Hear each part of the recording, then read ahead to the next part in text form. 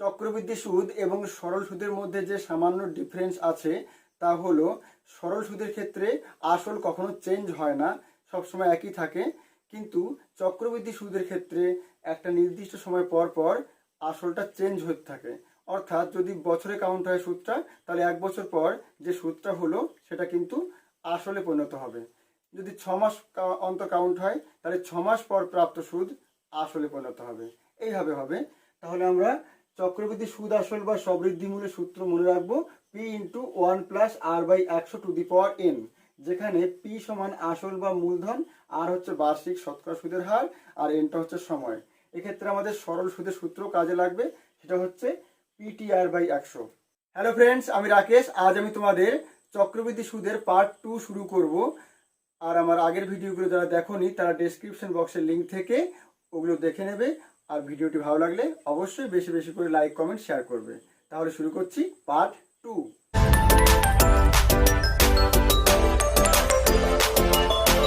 3 মাস অন্তর সুদ দেওয়া হলে কত টাকার 10% হারে 6 মাসের সুদ আসল এত টাকা হবে। তাহলে এখানে দেখো কত টাকা চেয়েছে, তার মানে ধরে নিচ্ছি পি টাকা 1+, এখানে দেখো 3 মাস অন্তর দেওয়া হচ্ছে মানে বছরে 4 বার। তাহলে 10 টাকা 4 ভাগ হবে, 10/4 ভাগ 100⁴ 6 মাসের সুদ। 6 মাস মানে 2 বার। কত হবে সুদ আসলটা? তাহলে কত বলছে ওরা? 10,506.25। তাহলে এটা কত আসবে? 0 0 কেটে যাচ্ছে। তাহলে আমাদের আসছে পি ইন্টু 1+1/40 হবে। এটা 4 নিচে গুণ হয়ে যাবে, তার স্কোয়ার। ওদিকে 10,506.25/100 হবে। তার মানে এদিকে আসছে আমার 40 ওকে 40 আর একে 41। তাহলে এটা 41/40-এর স্কোয়ার। ওই পাশে গেলে পরে উল্টে যাবে, এইটা বাই 100 ইন্টু 40/41 দুবার হবে। 40/41 দুবার হবে। তাহলে 0 দিয়ে 0 0 0 কেটে যাচ্ছে, 41 দিয়ে কাটলে পরে এটা কত হবে? 41 দুগুণী 82, 23 থাকে। 23 মানে 230। 5 41 সঙ্গ 205 থাকে, তোমার 225। 205 থাকে, তার 25 থাকে 256। 6 41 সঙ্গ 256, 246 মানে 10 থাকে 102। 41 দুগুণী 82, 82 তারপর থাকে তোমার 18, 20, 205, 5 41 সঙ্গ। আবার যদি 41 দিয়ে কাটি, তাহলে 6 41 সঙ্গ 246, 10 থাকে 102। 41 দুগুণী 82, 20 থাকে 205, 5 41 সঙ্গ। তার মানে আমাদের আসছে এখানে কত আসছে? 625 ইন্টু 4 4 16, 16 ইন্টু 625 কত হবে? 6 5 16 80 0, 5 16 80 0 হাতে 8, 16 দিয়ে 32, 40 0 হাতে 4, 6 16 96 4 100। তার মানে 10,000। সিধা উত্তর। কত আসলের 10% চক্রবৃদ্ধি হারে 2 বছরের শেষে সুদ এত টাকা হবে? কত আসলের? ধরে নিচ্ছি পি টাকা, তাহলে 1+r/100⁴ 2 বছর। এটা হচ্ছে সুদ আসল, সুদ আসল। এর থেকে যদি আমরা আসলটা বাদ দিই, তাহলে কত বলছে ওরা? 945 টাকা। অর্থাৎ সুদ আসল থেকে আসল বাদ দিলে সুদ পড়ে থাকবে। তার এখান থেকে আমরা পি কমন নিতেই পারি। তাহলে এখানে 0 0 কেটে যাচ্ছে, 10 ওকে 10 আর 1 11, 11/10-এর স্কোয়ার, অর্থাৎ 121/100 মাইনাস 1 থাকবে এখানে। ওদিকে 945, দ্যাট ইজ পি ইন্টু 100 ওকে 100, অর্থাৎ 21/100 আসছে। এটা লসাগু করলে ওদিকে 945, 21 দিয়ে কেটে দিই, 4 21 84 থাকে 10, 105, 5 21 105। তাহলে পি ইকুয়াল টু আসছে 45 ইন্টু 100, 4500। বিদা উত্তর। 6,000 টাকার 2 বছরের চক্রবৃদ্ধি সুদ এত টাকা হলে সুদের হার কত? তাহলে এখানে দেখো পি হচ্ছে 6,000 টাকা, 6,000 ইন্টু 1+r/100। আর জানি না আমরা, টু দি পাওয়ার 2 বছর বলেছে। এটা হচ্ছে আমাদের কি সুদ আসল। তাহলে ওদিকে তাই হবে সুদ আসল। সুদ হচ্ছে 615 আর আসল হচ্ছে 6,000 টাকা। তার মানে 1+r/100 আসছে 2 সমান ওদিকে 6615 ভাগ 6000, এটা হবে। কাটাকাটি করি, কত কাটবো, 3 দিয়ে কাটছি। 3 দুগুণি 6, 0 0 0, 3 দুগুণি 6, 3 দুগুণি 6, 3 5 15, 5 দিয়ে কাটি, 4 5 20, 4 5 20, 0 0, 5 দিয়ে কাটলে 4 5 20, 2 থাকে 10 20, 4 5 20, 5 অক্ষে 5, 400, ও সরি এখানে 4 হবে, 441 আসছে। দ্যাট ইজ 21/20 তার স্কোয়ার আসছে। তার মানে বলতে পারি আমরা 1+r/100 সমান 21/20। তাহলে এই একটা ওদিক গেলে পরে -1 হবে। দ্যাট ইজ 20 ওকে 20 মানে 1/20 হচ্ছে, r/100 r/100 সমান 1/20 আসে। তার মানে 5 20 100, দ্যাট ইজ r = 5। সিধা উত্তর। বার্ষিক 10% চক্রবৃদ্ধি হারে 1800 টাকার কত বছরের চক্রবৃদ্ধি সুদ এত টাকা হবে? তাহলে এখানে দেখো 1800 টাকা, পি হচ্ছে 1800 টাকা।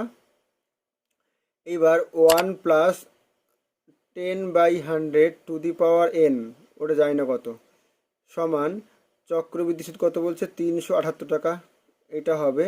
আর দিয়েছিল কত 1800 টাকা, তাই সুদ আসল কত হচ্ছে, কারণ এটা সুদ আসল, তাহলে 1800 আর এটা যোগ করলে কত আসছে 8 7 3 আর 8 যোগ করলে 11 1 হাতে 1 2178 টাকা।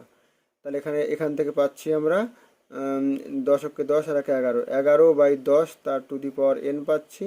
আর ওদিকে যদি ভাগ করে দিই তাহলে এমন হবে। তাহলে আমরা 18 দিয়ে কাটি, 18 অক্ষে 18, আর এখানে দিয়ে কাটি 18 অক্ষে 18, 3 থাকে 37, 18 দুগুণি 36, 1 থাকে 18 অক্ষে 18, অর্থাৎ 11/10 তার স্কোয়ার। তাহলে n সমান 2 আসছে। সিধা উত্তর।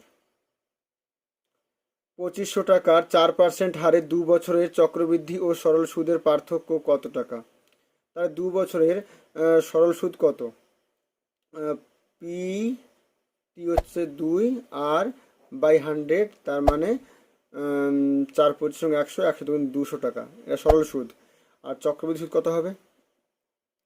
তাহলে 2500 ইন্টু 1+4/100 টু দি পাওয়ার 2, এটা সুদ আসল, তার থেকে 2500 বাদ যাবে, তার মানে কত আসছে 2500 কমন চলে যাচ্ছে, এটা 4 25 100, তার মানে এটা 2500 কমন গেলে কত আসছে, এটা 25 25 আর 1 26, এখানে 1 আছে একটা, তাহলে 26/25 তার স্কোয়ার -1, দ্যাট ইজ 2500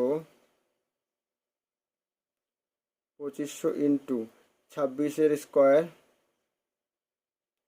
লসাগু করলে 25-এর স্কোয়ার হবে বাই 25-এর স্কোয়ার, 25 ইন্টু 25, এইটা আসছে। তাহলে দেখো এটাকে আমরা স্কোয়ার না করে সহজে করে দিতে পারি। এটা 25, একটা 25 কেটে যাচ্ছে, 4 25 25 ওকে 25, 100 ইন্টু, কেটে দিই 25 ওকে 25, 4 25 100, অর্থাৎ 4 হবে প্রথমটা, 4 ইন্টু দেখো, এবার দেখো এ স্কোয়ার মাইনাস বি স্কোয়ার পড়ে যাচ্ছে, অর্থাৎ a + b into a - b, যোগ করলে 26 আর 25 51, আর বিয়োগ করলে 1, তাহলে গুণ করলে পরে 4 ওকে 4, 4 5 20, 204। তাহলে চক্রবৃদ্ধি সুদ আসলো আমাদের 204 টাকা, আর সরল সুদ 200 টাকা, তাহলে পার্থক্য কত 4 টাকা, ডি দাগ। কত টাকার 5% হারে 2 বছরের চক্রবৃদ্ধি ও সরল সুদের পার্থক্য 16 টাকা হবে? এটাও তাহলে আগেরটার মতোই, তাই ধরে নিচ্ছি পি টাকা। তাহলে পি টাকার চক্রবৃদ্ধি সুদ কত হবে? P into 1+r/100 to the power 2, এটা সুদ আসল, এর থেকে আসল বাদ, তাহলে চক্রবৃদ্ধি সুদ। আর সরল সুদ কত হবে? পি টি r/100, তাহলে চক্রবৃদ্ধি সুদ আর সরল সুদের পার্থক্য কত বলছে? 16 টাকা। এখান থেকে আমরা পি এর মানটা পেয়ে যাব। পি সবার থেকে কমন নিয়ে নিই, তাহলে কি থাকবে এখানে 5 ওকে 5, 5 20 100, তাহলে এখানে 20 ওকে 20 আর 1 21, 21/20 তার স্কোয়ার, অর্থাৎ 441 বাই 400 হবে এটা, এখানে -1 থাকবে, আর এখানে 5 দুগুণে 10, 10 বাই 100 থাকবে, ওদিকে 16 থাকছে, দ্যাট ইজ পি ইন্টু 400 হবে লসাগু আমাদের। তাহলে এখানে 441 মাইনাস এখানে 400 হয়ে যাচ্ছে, মাইনাস এখানে কত হবে 40 হবে এটা, দ্যাট ইজ ওদিকে 16, তার মানে পি ইন্টু 441 থেকে 400 বাদ মানে 41, 41 থেকে 40 বাদ মানে 1 বাই 400 সমান 16, তার মানে পি ইকুয়াল টু আস 416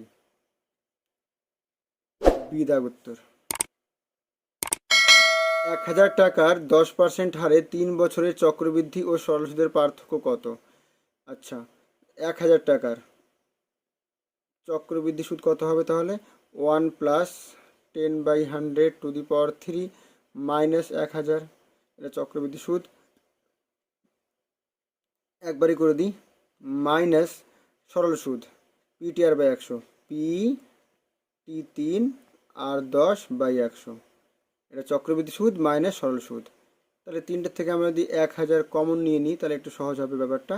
তাহলে এখানে 0 কেটে যাচ্ছে, 10কে 10 আর 1 11, 11/10 কিউব, অর্থাৎ 1 3 3 1 11 কিউব এত হয়, আর 10 কিউব 1000, মাইনাস এখানে 1 থাকবে, মাইনাস এখানে 1000 কমন নিয়ে নিয়েছি, তাহলে 0 কেটে যাচ্ছে, না কাটার দরকার নেই, 3 10 30 হবে, আর নিচে 100 এত হবে। তার মানে 1000 ইন্টু লসাগু হচ্ছে 1000 হবে এখানে, তাহলে এখানে 1 3 3 1 মাইনাস 1000 হবে, মাইনাস 1000 ইন্টু ভাগ করলে 10 300 হচ্ছে এটা, দ্যাট ইজ এটা কেটে গেল পুরোটা। তাহলে 1331 থেকে 1000 বাদ দিলে 331, তার থেকে 300 বাদ দিলে খালি 31 টাকা।